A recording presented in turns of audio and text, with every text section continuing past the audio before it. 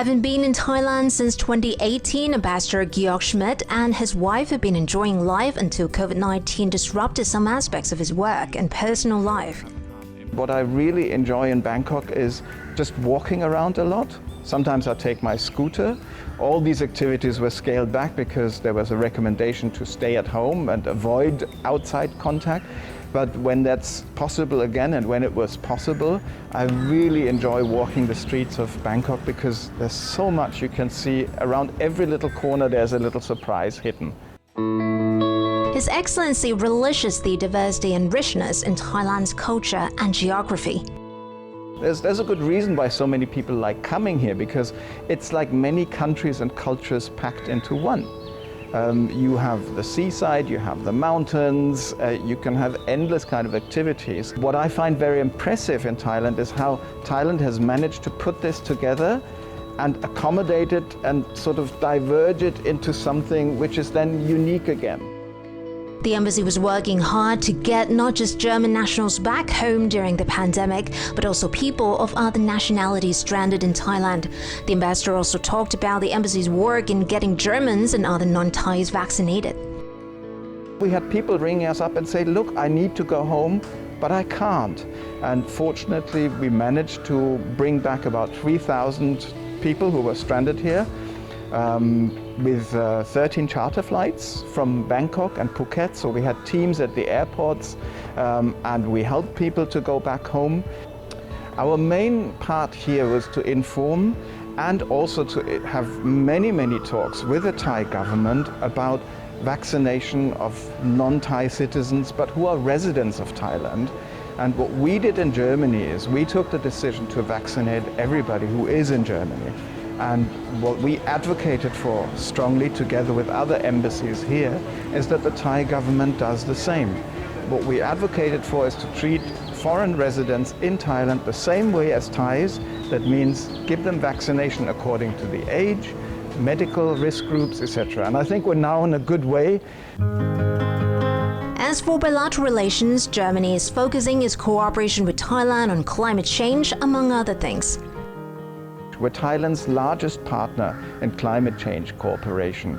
And Thailand is very vulnerable if you actually see climate change happening. I mean, I once saw a map that said if flooding occurs, rising of sea levels occurs in the way that's predicted, then part of this garden would be underwater now. But we're offering the German experience. And I think Germany and Thailand share a lot. We're both highly industrialized countries.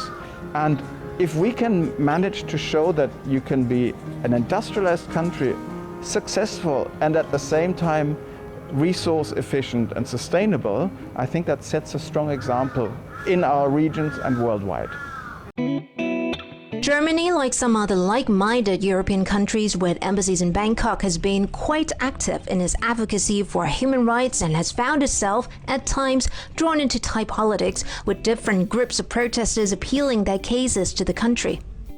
If you look at the history of the United Nations and how the UN Declaration on Human Rights came into being, it's so much linked to what happened in the Second World War. So one thing is a German particular sensitivity. We think that the human rights and human rights cover a whole broad range of things, are so important to citizens in our countries. People should have the security that their freedoms and their individual rights, balanced against the individual rights of others, are protected by the state. Thailand, like Germany, has international commitments. We said clearly that the embassy we recognize the right for peaceful demonstration, and the stress is here on peaceful. And we gave clear signals last year in October that we are ready to receive whatever petition is handed to us. We did not make any comments on it because that's a Thai domestic issue, but we receive opinions and we pass them on to Berlin, definitely. With Germany's Unity Day coming up on October 3rd, just like other embassies, big gatherings cannot be held this year. In the National Day, I think it's a good way to reflect for us, like where do we stand in our relationship and where do we go forward. Apart from German icons like beer, cars, schnitzels, castles, and football, the ambassador also highlighted the not-so-famous with diverse backgrounds and different ways of doing things that made those successes possible. In the economic sense, we have a lot of what we call hidden champions, is the companies that are behind the BMW, that are behind the Mercedes. There are countless small companies. Behind it, there are smaller family structures. To me, that is one of the strong points of Germany. It's normal to disagree, but we have to agree how to disagree. Hatay Deshikitiran reporting for Thai PBS World.